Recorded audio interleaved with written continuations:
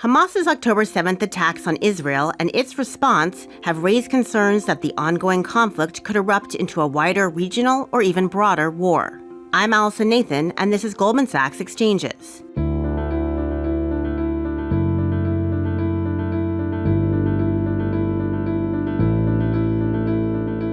Every month, I speak with investors, policymakers, and experts about the most pressing macroeconomic issues for our Top of Mind report, now available on gs.com. On this episode, we'll hear from two of those experts from our latest report that breaks down the risks around the Middle East conflict. We dig into the conflict and how it could evolve and potentially escalate. We speak with Djerejian, former U.S. ambassador to Israel and Syria and former U.S. Assistant Secretary of State for Near Eastern Affairs, and Emile Hokayem, Director of Regional Security and Senior Fellow for Middle East Security at the International Institute for Strategic Studies. Djerejian first discusses the significance of the conflict for the region.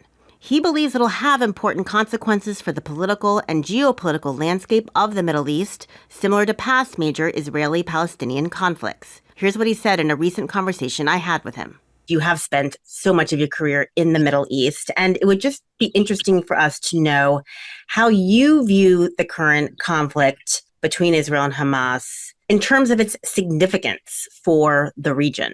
I think the incident of October 7th has major geopolitical implications that, in my mind, are akin to the situation in October of 1973, the Yom Kippur War. Hamas's attacks on Israeli targets and citizens and military on October 7th achieved their objectives of killing and taking hostages, which has had a major impact on the Israeli body politic and on the situation in the region as a whole. The October 7th attacks are one of these events in Middle East history that caused shifts in the general political landscape, not only between Israel and the Palestinians, but in the region as a whole. So it's very consequential. I then asked Djerejian, as well as IIS's Emile Hokayem, to provide some context around what was going on in the region prior to the October 7th attacks. Here's Djerejian again. History did not begin on October 7th. There's a very important prelude. I think what Hamas was observing with its own calculus in mind was that the Palestinian issue was being relegated to a tertiary status in regional politics. And they saw that this right-wing Israeli government under Prime Minister Netanyahu was continuing the settlement project, which is Israeli settlements continuing to grow in the occupied Palestinian territories. So one of the major backdrops of October 7th was the continued expansion of Israeli settlements in the West Bank. The government in Israel also was pushing the envelope on the rights for prayer at the Holy Mount in Jerusalem, where the holy places of Christians, Jews, and Muslims are located. And one of the most important religious sites in Islam is the Al-Aqsa Mosque. It's the third most important religious site in Islam after Mecca and Medina. This was causing anxiety amongst Muslims, and certainly this is something Hamas put into its calculation before it attacked. It's no accident that Hamas called their October 7th action the Al-Aqsa Flood. They called it the Al-Aqsa Flood in order to point out what they saw as Israeli policy was bent on was really mitigating the rights of Muslims in the holy city and the holy sites. The third thing is that I think Hamas noted political divisions in Israel. The Netanyahu government policies on restructuring the legal order in Israel, reducing the power of the Supreme Court, increasing the power of Knesset, which is the Israeli parliament, has caused a major furor within Israel. And Hamas noted that the Israeli body politic is divided, that the government is preoccupied with these things, and they interpreted this as internal weakness. Another factor, I think, in terms of Hamas's decision to go forward on this, they were noting the Biden administration really coming on board with the Abraham Accords, and its major diplomatic initiative in the Middle East was the promotion of expanding the Abraham Accords to get Saudi Arabia and Israel to normalize relations. This would be a historic event that would have major, obviously, political and geopolitical consequences. But it was being done in the eyes of Hamas and the opponents of the Abraham Accords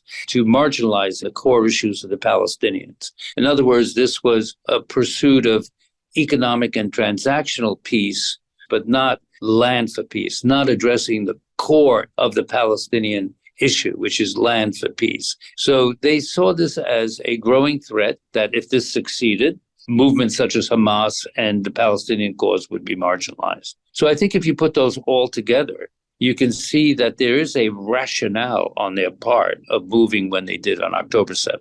And here's an excerpt from a recent conversation I had with Hokayem on how the regional dynamics had more broadly been evolving to set the stage for the attacks. There are a few trends that are worth keeping in mind. One of them is the relative weakening of the core Arab states, Egypt, Syria, Iraq over time, and the rise of the Gulf states, which have emerged as economic, geoeconomic, financial, and political powerhouses. For the past 20 years, Israel has also emerged even before, but especially in the past 20 years, has emerged as a powerful economy and has regionally achieved quite a lot, more integration, normalization deals, and so on. So there are imbalances of power in the region that fuel a lot of resentment. Why October 7th? What precipitated the attacks at that moment? Hamas was facing a difficult internal debate. Is Hamas about mukawama, resistance, or is it about governance? And if it's about governance, Israel has won. Because Hamas now is boxed into the small territory, and you have a hard-line faction in Hamas that refused that said, our purpose is much greater than that. Governance, focusing on our population, should be secondary, if not less than that, on our agenda.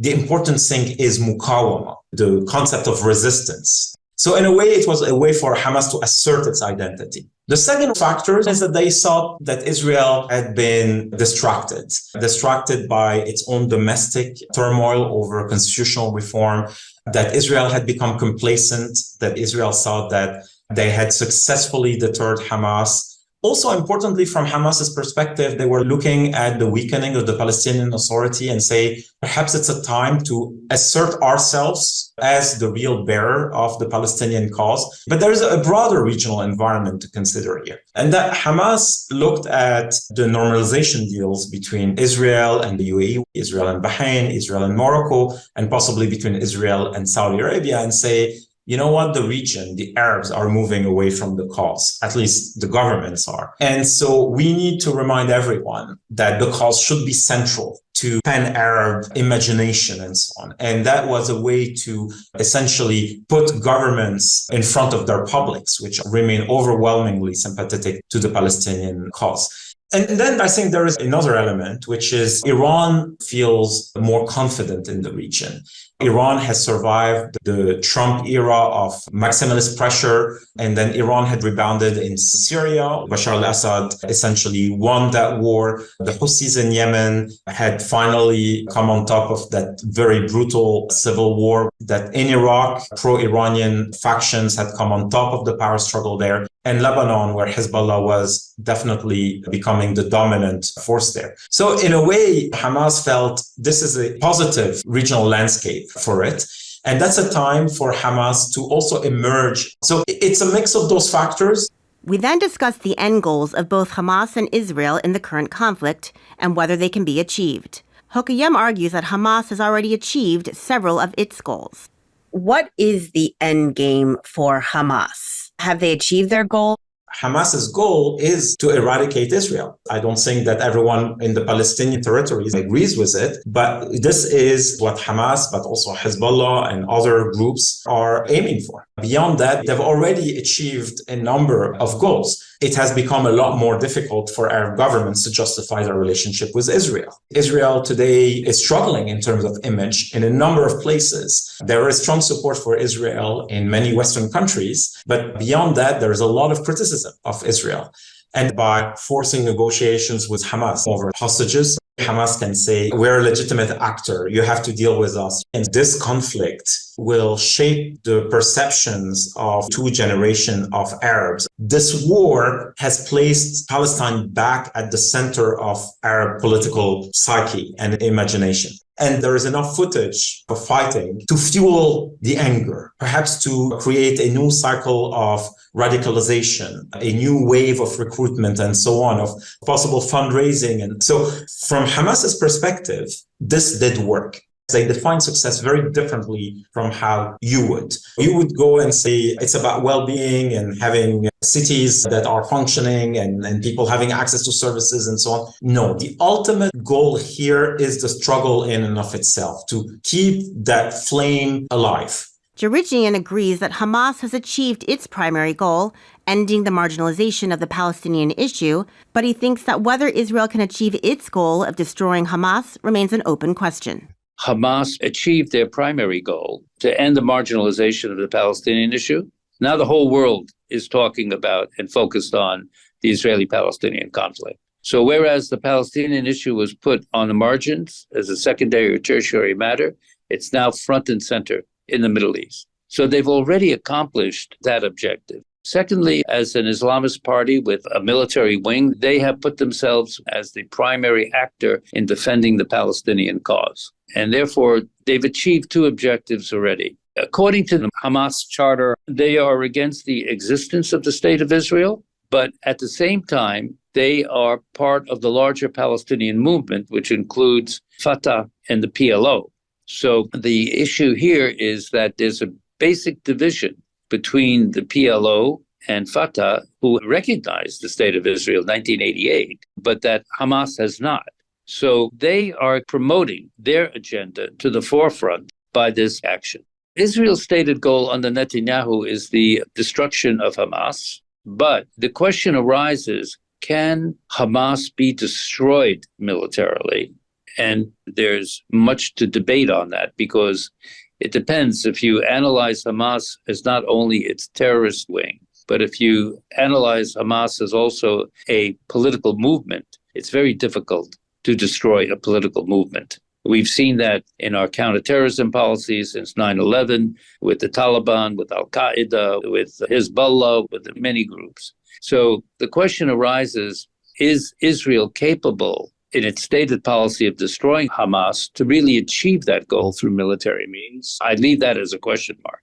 A second goal of Israel is to assure that Gaza does not become a launching pad again against Israel's internal security and its citizens. That it can do by perhaps expanding the buffer zone within Gaza against Israel's southern border, by demilitarizing the Gaza Strip. Obviously, another key goal is getting the hostages out. The key question, though, is whether a broader war could erupt. Djerejian warns that anything can happen in the fog of war, but he argues that no side currently considers it in their interest to escalate. He says that could change, though, the longer the war in Gaza goes on. Once one enters the fog of war, anything can happen, and there could be major miscalculations that can lead to a wider war. Right now, the geopolitical situation is such that Israel does not see an interest in escalation, especially on its northern front with Hezbollah. It does not want to face a two-front war with Hamas and Hezbollah.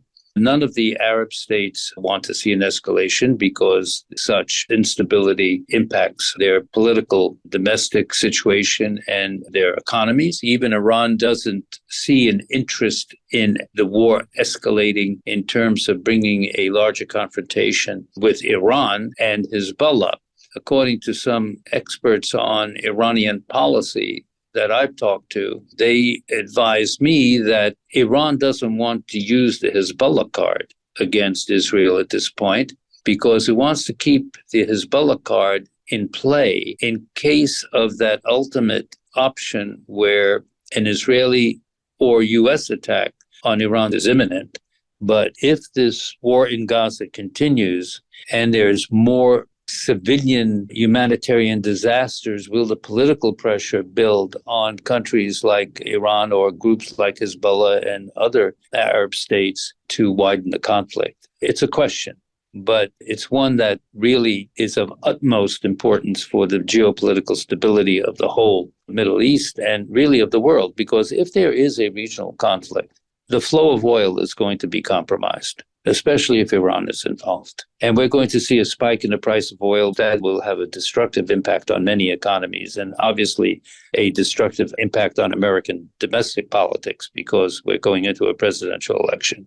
Given the vulnerabilities to their security, at this point, what's the likelihood that Israel feels the need to go after other groups that are hostile to it for the sake of its own security? I think Israel would like to keep its options in place to attack targets at a time and choosing of its own. And right now, I think it is so preoccupied with the major effort in Gaza that it would prefer not to open up a second front itself. But it will open up a second front with the North and Hezbollah if Hezbollah initiates serious attacks on Israeli targets. There have been tactical strikes across the Lebanese-Israeli border, but they've been relatively measured. But unless Hezbollah raises the ante, I think right now Israel would prefer to focus on the war in Gaza and its stated goal of destroying Hamas rather than open up another front. How concerned are you that the U.S. gets drawn into an even wider conflict? The major way that the U.S. can be involved is if there is a major escalation in the war and a second front in the north is opened up with Hezbollah and Iran gets involved.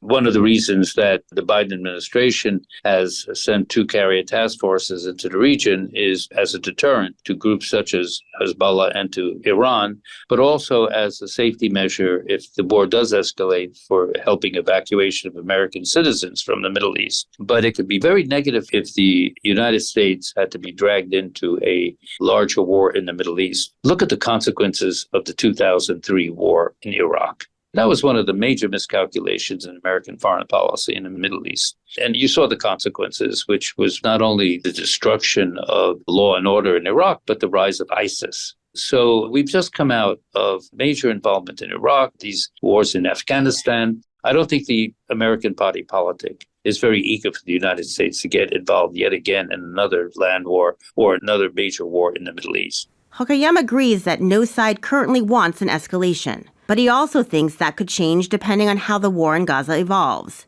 And like Djerejian, he worries about a potential miscalculation. What is the likelihood for regional escalation at this point? The conflict has already widened. There have been almost daily attacks in Iraq, Syria, against U.S. targets because the U.S. is seen as complicit with Israel by Iran-aligned groups. And there has been fighting between Hezbollah in Lebanon and Israel with strikes deep in each other's territory. And what we see right now is the Houthis in Yemen essentially joining the fight. They have access to ballistic missiles, cruise missiles, UAVs, and they are strategically located in Bab el-Mandeb, a key artery for global trade. And they're ideologically very much aligned with Hamas and Iran. Importantly, they have disrupted maritime traffic. They have boarded ships and so on. So the conflict in Gaza has already taken a regional character. Now, the question is whether it will evolve into an all-out war. And here I'm a bit more skeptical. The reason being that those groups want to demonstrate solidarity and support for Hamas, but they also primarily want to advance their domestic interests. And so they're using this crisis to settle scores domestically. And they're using this crisis to primarily harass the US, especially in Syria and Iraq.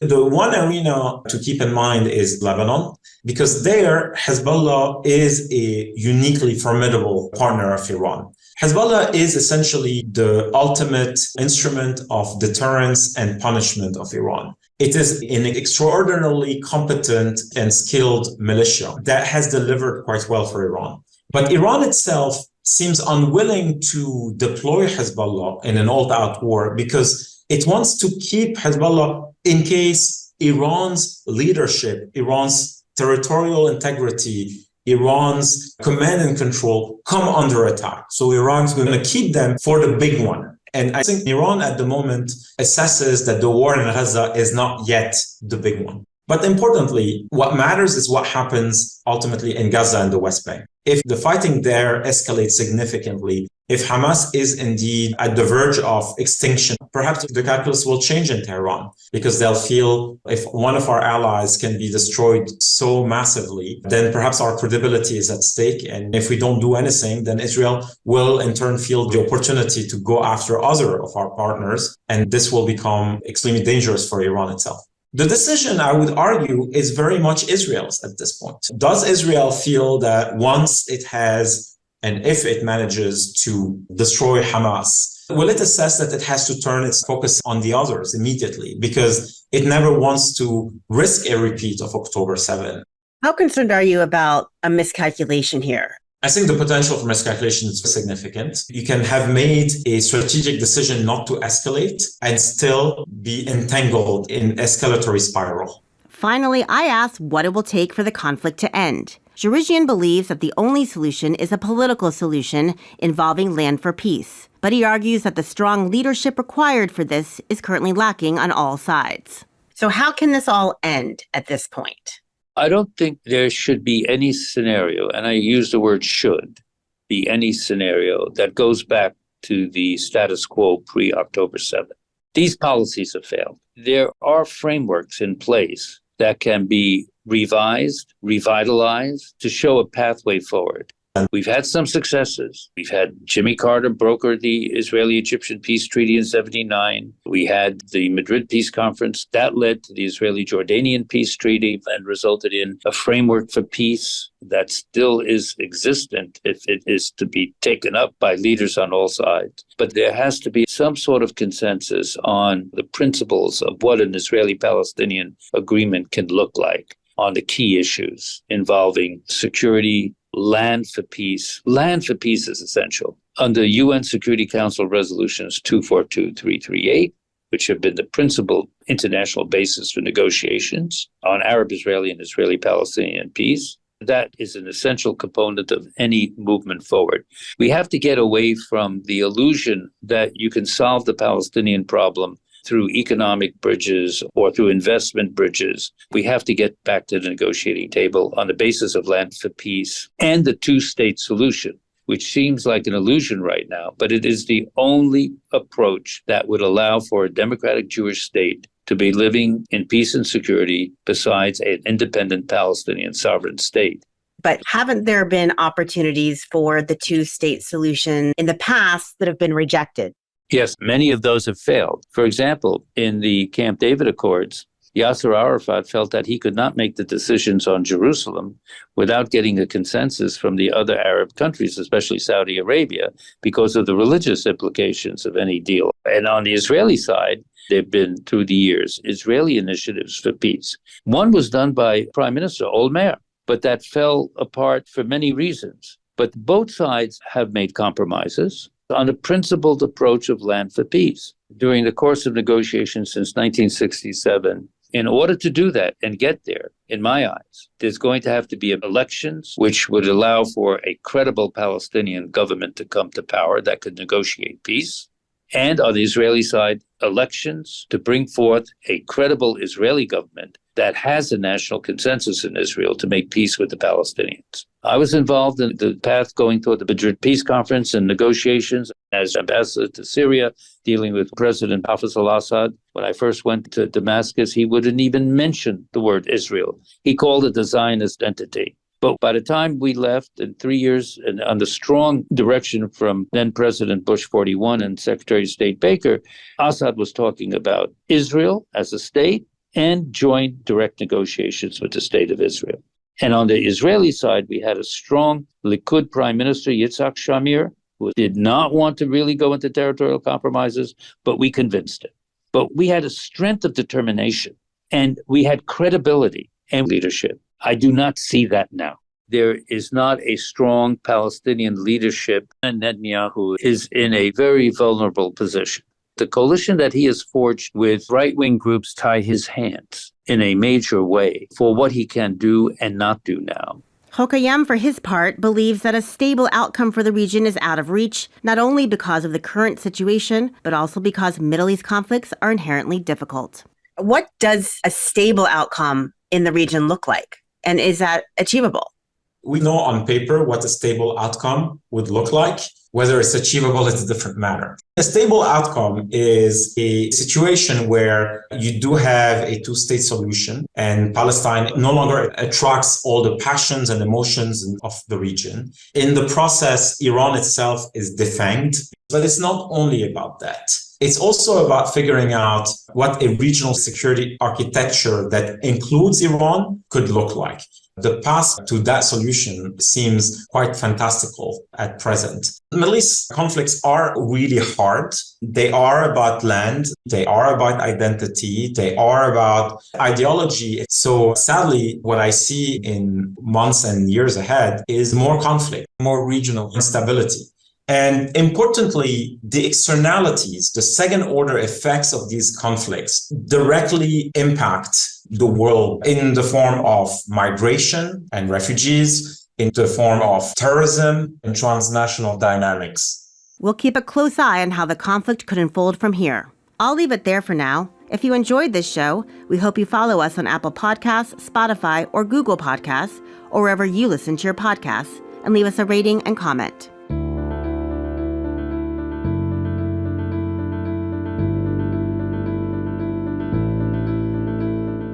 The opinions and views expressed in this program are not necessarily the opinions of Goldman Sachs or its affiliates. This program should not be copied or published without the express written consent of Goldman Sachs. Each brand mentioned in this program is the property of the company to which it relates and is not used to imply any ownership or license rights. Goldman Sachs is not providing any financial, economic, legal, investment, accounting, or tax advice through this program. Neither Goldman Sachs nor any of its affiliates makes any representation or warranty as to the accuracy or completeness of any information contained in this program.